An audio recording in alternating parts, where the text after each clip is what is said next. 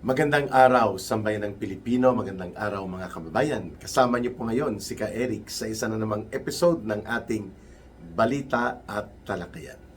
Mga kababayan, we are getting closer. Palapit tayo ng palapit sa target nating maabot ang 100,000 subscribers para maging certified YouTuber na po si Ka Eric. Dahil dyan, ako po ay lubusang nagpapasalamat kasama ang pamilya ko sa patuloy ninyong pagtitiwala, pagsuporta at ang pagmamahal ninyo sa mga advokasya at mga paninindigan na ating ginagawa. Kasama ko po kayo sa mabuting pamamahala na ating hinahangad at para po sa pagsusulong ng mabuting agenda para sa mamamayan. Ganon na rin po sa paglaban at pagtutol natin sa malawakang korupsyon at mga pandarambong sa gobyerno. Mga kababayan, sa puntong ito ay bibigyan natin ito ng pananaw ang balita na kung saan ay lumabas po ang pangalan ni Senator Raffy Tulfo. As among the senators, isa siya sa binanggit ng witness sa kaso na plunder doon sa Sandigan Bayan. I don't know if the case, hindi ko masigurado, was involving or is involving kay Senator Bong Revilla. Pero ang pangalan nito ay si Gerard Longoria. Mapait ang mata ni Ka Eric dahil preparing to travel tayo. Kaya maagang gising ko. Si Gerard Longoria, mga kababayan, ay lead o pinuno ng Records and Files Management sa Planning Division ng National DPWH na pinamunuan ni Yusek Cabral bago siya yumao. Kaya nga may tinagurian na Cabral Files. So itong si Gerard Longoria ay nagtestigo po ito sa Sandigan Bayan.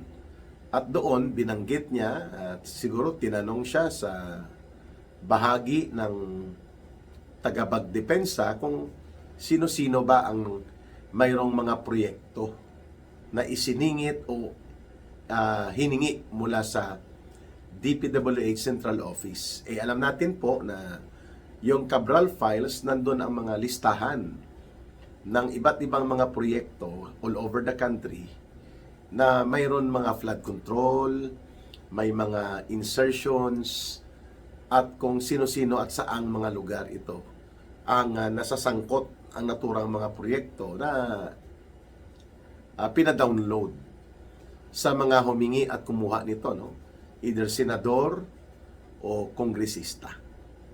Kaya lumabas ang pangalan po ni Senator Raffy Tulfo. At ngayon, kailangan dapat magpaliwanag siya dito kasi ito ba ay flood control?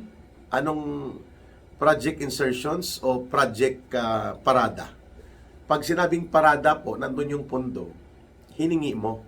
Halimbawa, si Martin Romualdez noon, 2024, 2024 yata, or 2023, mayroon siyang 176 billion pesos na nakaparada na pondo sa DPWH na mga infra projects worth na pwede niyang ipamudmud at gamitin as leverage kung saan niya gagamitin. Mantakin mo, 176 billion ang nakaparada niyang pundo.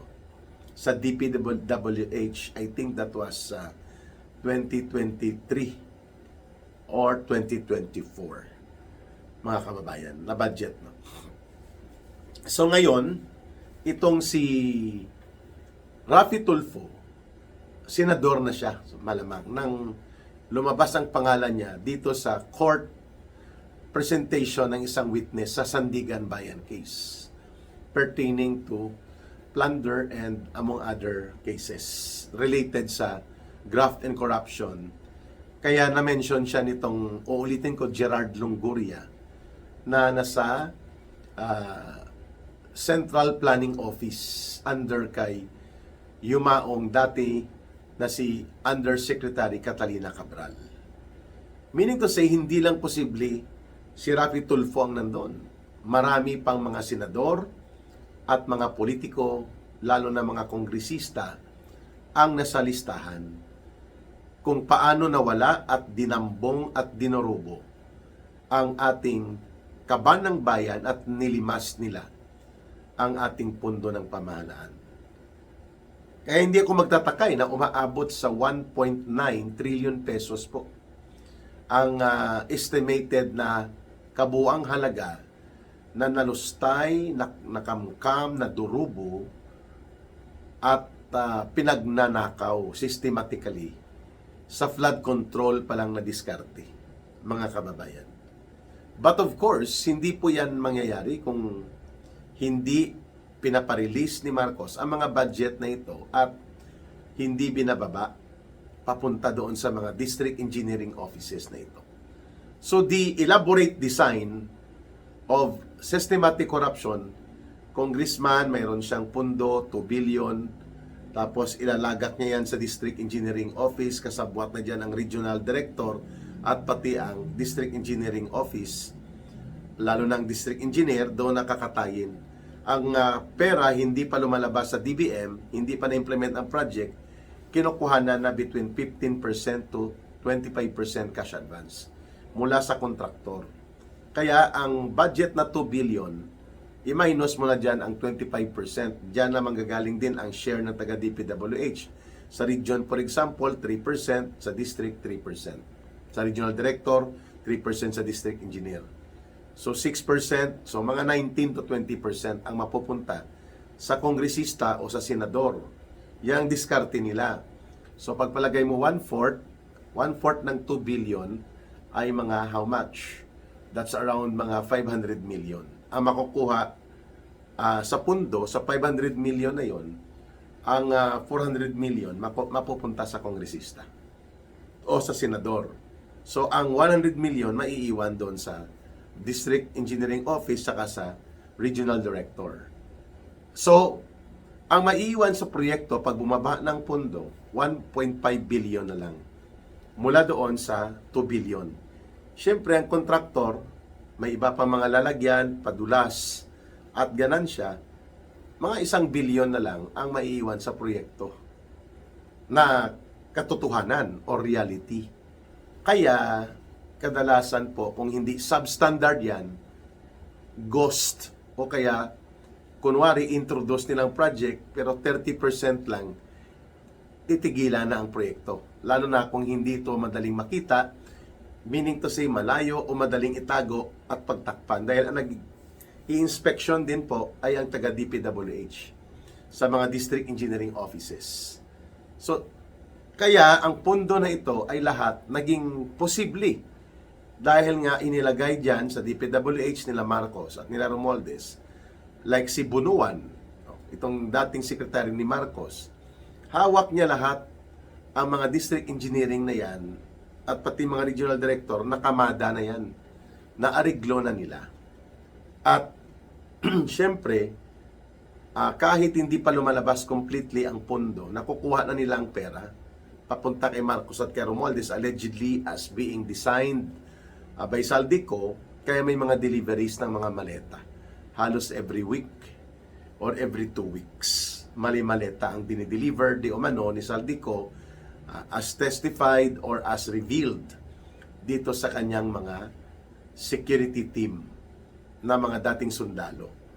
Ngayon itong tanong kay Senator Raffy Tulfo, bakit at saan mo ginamit itong mga proyekto na sinasabi na ikaw ay nagpataripa o kaya ay nagdemand mula sa DPWH through kay Yusek Cabral. So Cabral files, kung ilalantad ito ni Congressman Leandro Leveste sa Senate Blue Ribbon Committee, marami pala sigurong matatamaan nito. Posibleng hindi lang lalabas ang pangalan ni Raffy Tulfo. We bring this up kasi nga si Raffy Tulfo, itong Tulfo brothers, they always pretend na sila ay righteous, matino, makatarungan at matuwid na mga nilalang na mga politiko. Yun pala kaya napasadahan ko siya dahil na-mention siya in open court testimony nitong certain Gerard Longoria na galing sa opisina ni Undersecretary dati at namayapa na o nawala na si Catalina Cabral. And which means bahagi siya ng tinatawag na Cabral Files. Ayun. Kaya ang tanong ngayon ng taong bayan kay Raffy Tulfo, insertion ba ito o parada? Magkano itong pondo? Hindi ko nakita sa news item. Pero definitely malaking mga pondo ito. Kailan ba ito? Kasi kay Martin Romualdez noon, pag lumapit ka sa kanya at gusto mong humingi ng proyekto, senador o kongresista, maliban doon sa appropriations na nakalagay sa distrito mo, pwede kanyang pitikan, pero siyempre mayroon siya. For example, hihingi ka sa kanya ng worth 3 billion pesos na kalsada na proyekto. Automatic yan, may 5% na retainer yon sa kanya. So magkano 5% ng 3 billion mga kababayan? Ang 10% niyan is mga 300 million. Automatic, maiiwan kay Martin Romualdez ang around 150 million pesos. Retainer ang tawag niyan.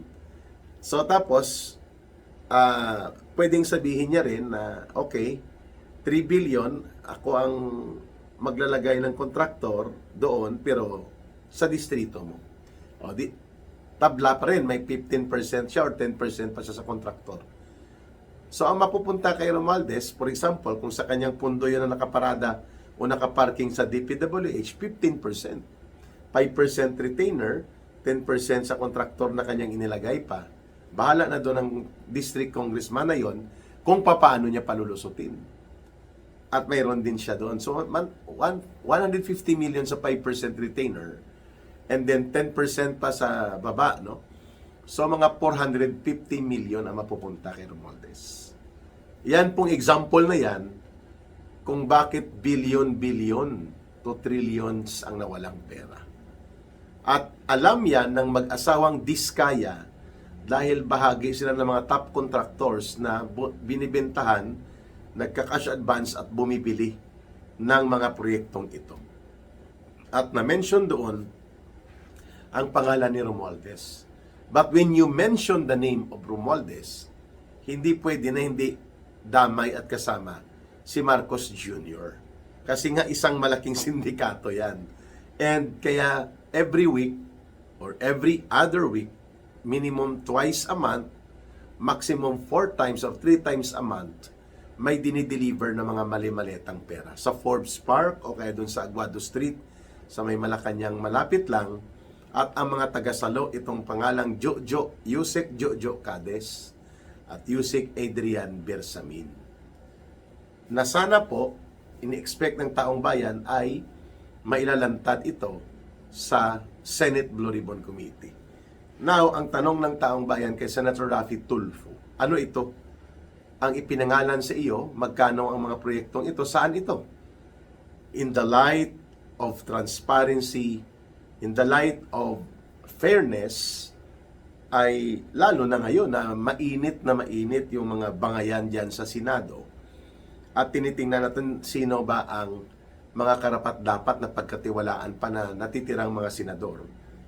Tapos lalabas ang pangalan ni Senator Raffy Tulfo dito sa Sandigan Bayan courtroom. Open testimony na ni-reveal ng isang senior planning officer within the Central Planning Division ng DPWH, direkta kung saan nagmula ang pilit na tinatago na so-called Cabral Files. Wow! Explosive, ano? Magandang pagkakataon nito kung may Senate Blue Ribbon Committee, ipatawag itong si Gerard Longoria. Senior Planning Officer ito. At may hawak na mga files, records, and documentation ng mga proyektong hiningi, ipinasok, isiningit, ipinarada dito.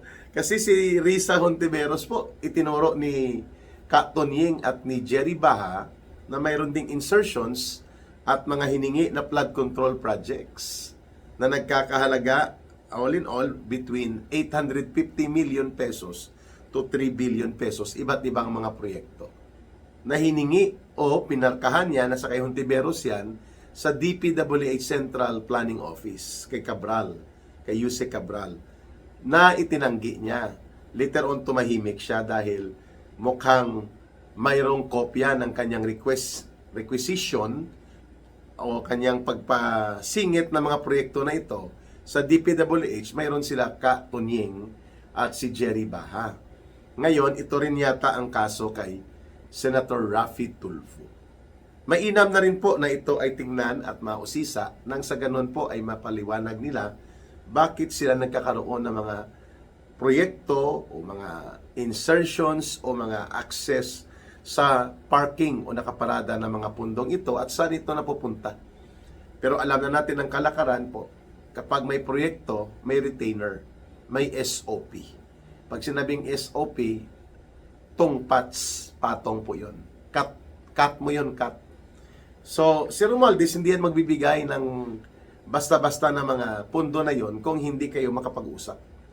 Yan ang sinabi ni dating mga close sa kanila na abogado at malinaw naman po na alam niya ang kalakaran na ito dahil naging congressman din siya. I'm talking about Attorney Glenn Chong. Iyon. Kung saan sinabi niya that he had direct experience with Martin Romualdez nung mga kongresista sila na kaya magmaniobra ni Martin Romualdez di umano sa mga pundong ito kahit hindi pa siyang Speaker of the House. Alam mo, lumapit siya ng 25 million na proyekto para doon sa distrito niya sa Biliran Province. Na-release ang pundo, hindi napunta kay Attorney Glenn Chong bilang kongresista. Noong panahon na yun, I think mga more than 10 years ago na or mahigit. Hindi pa presidente si Marcos, congressman pa sila. This is the question right now. Gaano kadami, sino-sino itong mga kongresista at mga senador na nakinabang sa Cabral files na ito dahil na ilulusot ang mga proyektong nakaparking o mga proyektong in-insert pero wala sa General Appropriations nung ito o sa National Expenditures Planning nang pinalusot ang budget. Nakakalungkot at nakakapanlumo na ganito kalawak at naging kasistematiko po ang nakawan at mga pandarambong sa gobyerno, lalo pa sa panahon ni Marcos Jr. Terrible. Pero sige lang, magsisiwalat pa rin tayo, magsasalita tayo, at maghahayag ng mga pananaw at pagpapaliwanag na naglalayon po na patatagin at iangat pa ang kamalayan ng ating mamamayan para ang pagbubuo nila ng desisyon sa kalagayan ng ating bansa ay magiging matatag din pagdating ng takdang panahon. At mamarkahan natin itong mga nangyayaring ito na naglustay, nagkamkam, nandurubo at patupad ng sistematikong pagnanakaw at pangungurakot, pandarambong sa kaban ng bayan habang naghihikahos ang mamamayang Pilipino sa hirap at kawalan ng pondo at serbisyo mula sa gobyerno. Maraming salamat sa inyong pagsubaybay. Mahalin po natin ang bansang Pilipinas. Walang ibang magmamahal nito kundi tayo ring mga Pilipino.